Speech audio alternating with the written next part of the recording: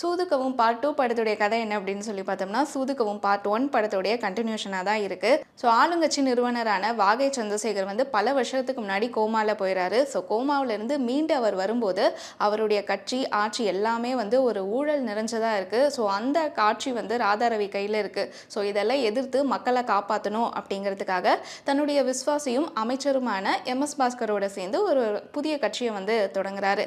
கருணாகரன் வந்து முன்னாடி பாட்டில் வந்து அமைச்சரோட மகன் அப்படிங்கிற ஒரு ரோல் தான் வந்துச்சு. பட் இந்த பாட்டில் வந்து நிதியமைச்சராக வந்து அவர் ப்ரொமோட் ஆயிருக்காரு.